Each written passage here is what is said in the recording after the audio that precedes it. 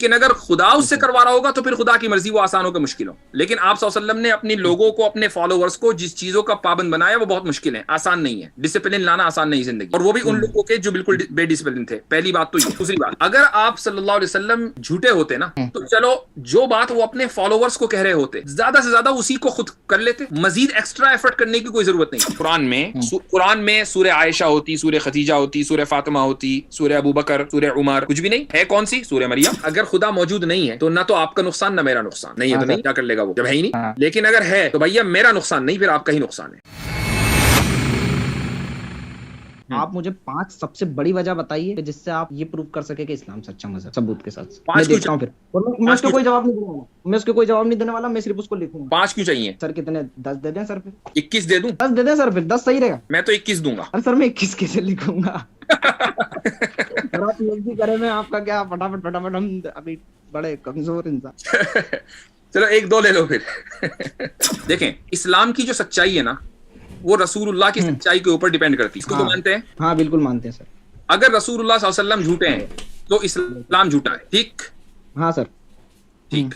اب ہمیں صرف یہ ثابت کرنا ہے کہ رسول اللہ نے جو بات کہی ہے، جو بھی کہا ہے، جو بھی قرآن بتایا ہے وہ جھوٹا نہیں ہے. ٹھیک. اچھا، اس کی سب سے پہلی جو ریزننگ میرے ذہن میں آتی ہے، اور بہت ساری ہیں، جو پہلی ریزننگ میرے ذہن میں آتی ہے وہ یہ ہے کہ اگر رسول اللہ صلی اللہ علیہ وسلم کوئی گیم کھیل رہے ہوتے اور جھوٹے ہوتے تو اپنا حلقہ بڑھانے کے لیے، اپنا سرکل بڑھانے کے لیے وہ اپنے فالوورز کو آسان چیزیں بتاتے، نہ کہ مشکل چیزیں جو ان کے لیے مشکل تھیں. مثال کے طور پر روزہ کوئی آسان نہیں ہے، حج کوئی آسان نہیں ہے، دن میں 5 مرتبہ نمازیں پڑھنا کوئی آسان نہیں ہے، ساری مشقت بھرے کام ہے. بلکہ یہ کہتے کہ بھائی 4 نہیں 16 بیویاں ملیں گی. ٹھیک ہے، اور دیکھو پھر کتنی جلدی حلقہ بڑھتا. لیکن حلقہ لیکن جو مشکل کام ہے وہ بتائے، جس میں حلقہ بڑھنا ایک انسان کے یعنی انسان کے لیے بہت مشکل ہے یہ کام کرنا. ہاں وہ اگر خود سے کرے گا تو وہ آسان چیزیں بتائے گا، لیکن اگر خدا اس سے کروا رہا ہوگا تو پھر خدا کی مرضی، وہ آسان ہو کہ مشکل ہو. لیکن آپ صلی اللہ علیہ وسلم نے اپنے لوگوں کو، اپنے فالوورز کو جس چیزوں کا پابند بنایا وہ بہت مشکل ہے، آسان نہیں ہے. ڈسپلن لانا آسان نہیں زندگی میں، اور وہ بھی ان لوگوں کے جو بالکل بے ڈسپلن تھے. پہلی بات تو یہ. دوسری بات، اچھا سر، یہ تو چلو ایک پوائنٹ ہو گیا سر. دوسرا پوائنٹ 20 اور بچے ہیں سر. ہاں 20 چلیں اور سناتا ہوں.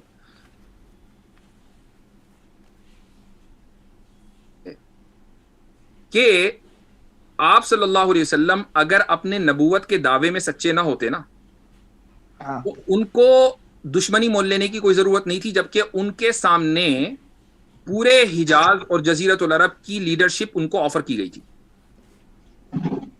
اچھا ٹھیک.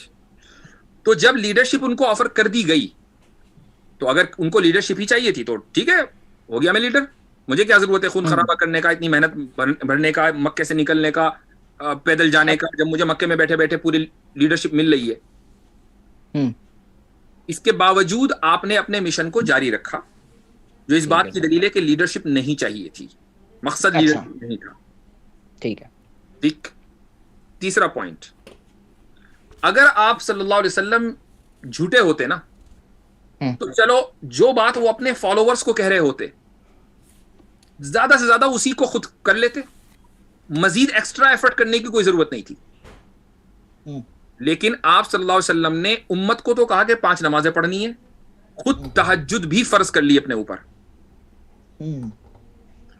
امت کو تو کہا کہ روزہ رمضان میں ہی رکھنا فرض ہے، لیکن اور بیچ میں افطار کرنا ضروری ہے، کنٹینیوس نہیں رکھنا، خود کنٹینیوس روزہ رکھ رہے ہیں.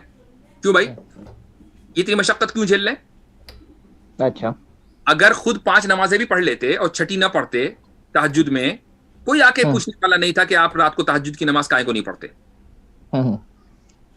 تو ایڈیشنل پڑھنا اس بات کی دلیل ہے کہ آپ صلی اللہ علیہ وسلم کا جو دعوی نبوت تھا وہ جھوٹا نہیں تھا. ٹھیک ہے.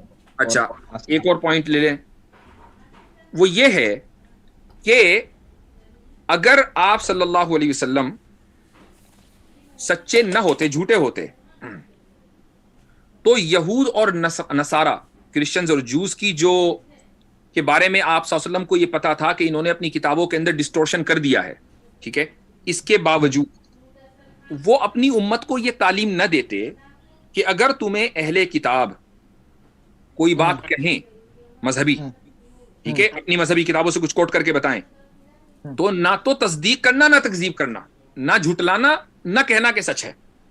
کیوں؟ چونکہ اگر جھٹلاؤ گے تو اس بات کی پاسبلٹی ہے کہ وہ بات صحیح ہو.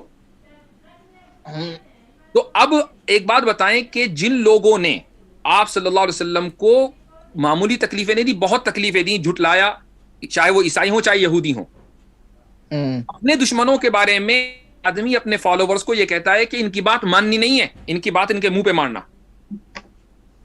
لیکن آپ یہ کہہ رہے ہیں کہ نہ تصدیق کرنا نہ تکذیب کرنا, چونکہ تکذیب کرنے میں اس بات کی پاسبلٹی ہے کہ وہ بات سچ کہہ رہے ہیں اور تم اس کو جھٹلا دو, یہ غلط ہو جائے گا.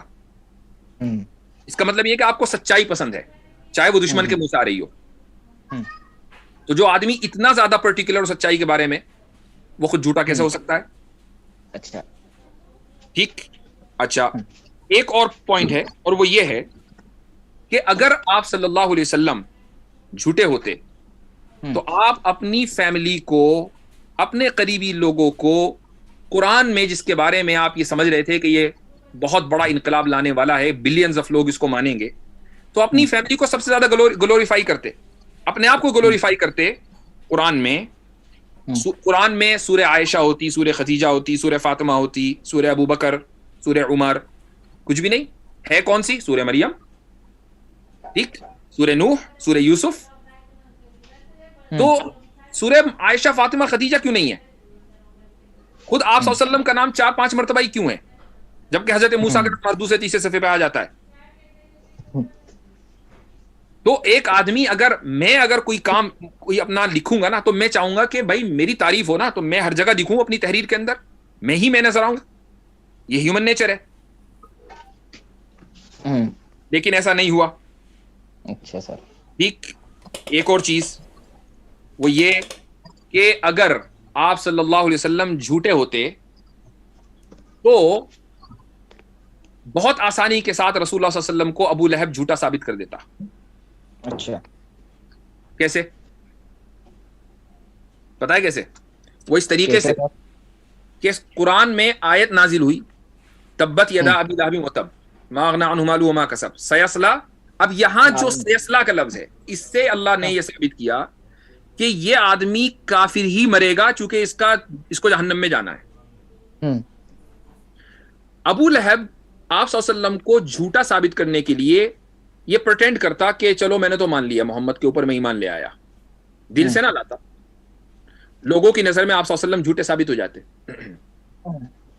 لیکن وہ آپ صلی اللہ علیہ وسلم کو اتنا بھی, یعنی ایک کامن سی بات ہے, کوئی بھی آدمی جھوٹا ثابت کر سکتا ہے اگر کسی انسان کا کلام ہے, لیکن وہ آپ صلی اللہ علیہ وسلم کو جھوٹا ثابت نہیں کر سکا. اچھا ٹھیک. ایک اور پوائنٹ, قرآن کریم میں ایک آیت ہے, یہودیوں سے خطاب ہے کہ اگر تم یہ سمجھتے ہو کہ تم ہی اللہ کے محبوب ہو اور تمہیں جنت میں جانا ہے, تو تم موت کی تمنا کر لو, چیلنج ہے تمہیں. دیکھو قرآن یہ نہیں کہہ رہا ہے کہ موت اختیار کر لو, مر جاؤ, مرنا تو بہت مشکل ہے. قرآن یہ کہہ رہا ہے موت کی تمنا کر لو. تم تمنا بھی نہیں کرو گے. قرآن نے چیلنج ان کو دیا کہ تم تمنا بھی نہیں کرو گے. یہود نے کسی بھی ہسٹوریکل ریکارڈ میں ایسا نہیں ہے کہ انہوں نے رسول اللہ صلی اللہ علیہ وسلم کے زمانے میں موت کی تمنا کی ہو. تمنا کرنے میں کیا تھا؟ کہہ دیتے کہ لو جی کر لی, ہاں جی ہمیں تمنا ہے, ہم مرنا چاہ رہے ہیں. ہاں, موت کی تمنا کا مطلب کیا ہے؟ صرف کہہ دیتے ہاں ہمیں تمنا ہے, ہم مرنا چاہ رہے ہیں.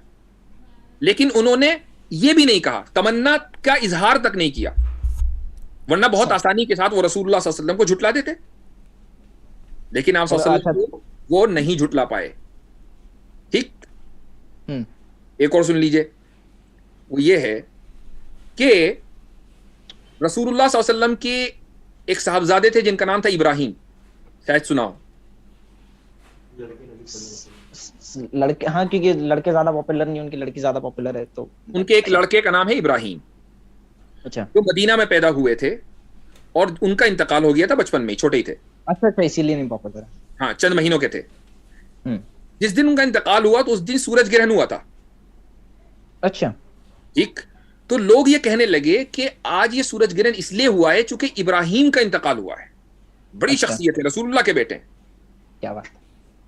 تو رسول اللہ صلی اللہ علیہ وسلم یہ کہہ سکتے تھے کہ ہاں یہ بات بالکل صحیح ہے, اسی لیے انتقال ہوا ہے, اسی لیے سورج گرہن ہوا ہے.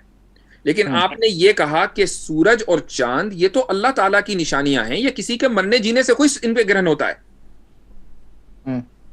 تو اگر آپ صلی اللہ علیہ وسلم جھوٹے ہوتے تو اپنے خاندان کی اتنی زبردست پریویلیج ان کا ہونے والا تھا کہ جی جناب سورج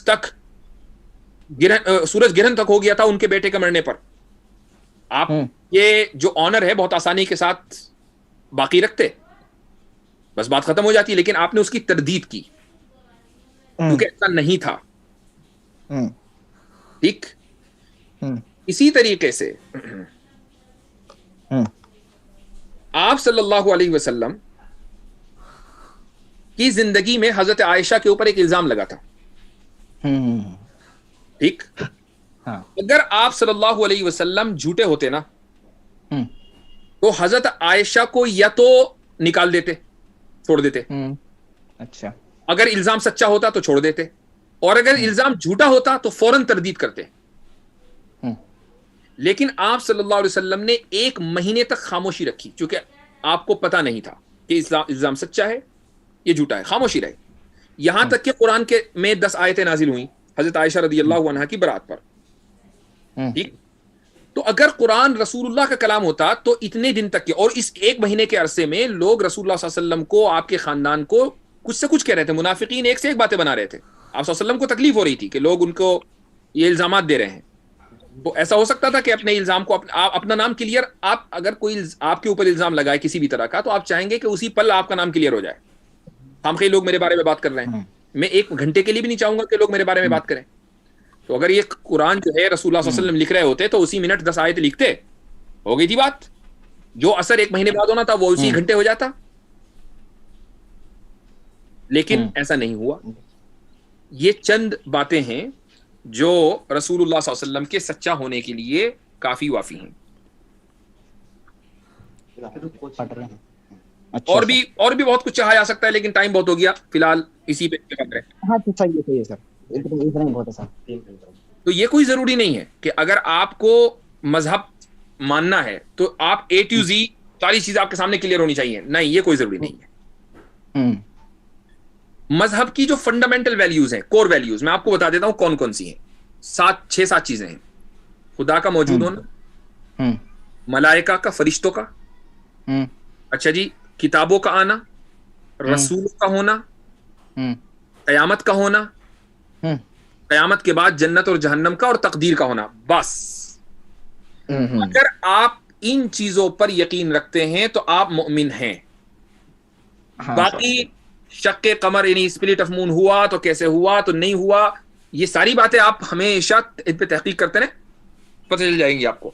ہاں سر بالکل, وہ تو تحقیق تو بالکل. ہاں لیکن یہ 8 چیزیں فنڈامنٹل ویلیوز ہیں. آپ کو یہ نہیں دیکھنا ہے کہ بھائی شق قمر ہوا یا نہیں ہوا. ہر ایک کی انٹرپریٹیشن ہو سکتی ہے. مثال کے طور پر آپ نے کہا کہ نہیں جی سب کو نظر آنا چاہیے, میں نے کہا نہیں سب کو نظر نہیں آنا چاہیے, تو دیکھیے ڈفرنس آف اوپینین ہو گیا. ٹھیک ہے, یعنی آپ یہ نہیں کہہ سکتے کہ میں 100% غلط ہوں, میں صحیح بھی ہو سکتا ہوں. میرا بھی یہی کیس ہے سر, میں بھی ہو سکتا ہوں. آپ بھی صحیح ہو سکتے, بالکل میں مان کر چل رہا ہوں. آپ بھی صحیح ہو سکتے ہیں, میں بھی صحیح ہو سکتا ہوں. لیکن آپ کسی مذہب کو اس بنیاد پر جج نہیں کریں گے کہ یہ چھوٹی چیز ہے, یہ چھوٹی چیز ہے, اس بنیاد پہ جج نہیں کریں گے جس میں دو لوگ ڈس ایگری کر رہے ہوں اور دونوں میں سے کوئی بھی صحیح ہو سکتا ہے کوئی بھی غلط ہو سکتا ہے, اس بنیاد پر مذہب جج نہیں ہوگا. بالکل. ہاں ویسے بھی سر کسی بھی اتنی بڑی چیز کا ڈیسیجن لینا وہ ایک چیز پہ یا ایک آرگومنٹ یا ایک بات پہ تو ہوتا نہیں ہے. نہیں ہوتا. آپ کو جو تحقیق کرنی ہے نا, وہ تحقیق کرنی ہے ان 6-7 باتوں کے اوپر. سب سے مین چیز تھی خدا کا موجود ہونا اپنی صفات کے ساتھ, اپنے ایٹریبیوٹ کے ساتھ.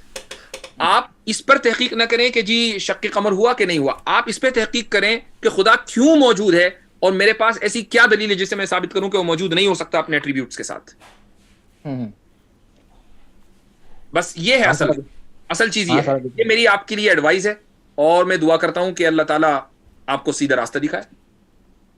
لاسٹ پوائنٹ اتنا ضرور کہوں گا کہ مرنے کے بعد ایک آدمی اگر اس کو یہ پتا چلے کہ خدا موجود ہے تو بہتر آپشن یہی ہے کہ آدمی یقین کر لے. اچھا سر. چونکہ اگر خدا موجود نہیں ہے تو نہ تو آپ کا نقصان نہ میرا نقصان. نہیں ہے تو نہیں, کیا کر لے گا وہ جب ہے ہی نہیں. ہاں لیکن اگر ہے تو بھیا میرا نقصان نہیں, پھر آپ کا ہی نقصان ہے. اچھا سر. ٹھیک ہے, اس پر سوچ لیجئے گا. انشاءاللہ پھر ملیں گے, پھر بات کریں گے. ٹھیک ہے ٹھیک ہے.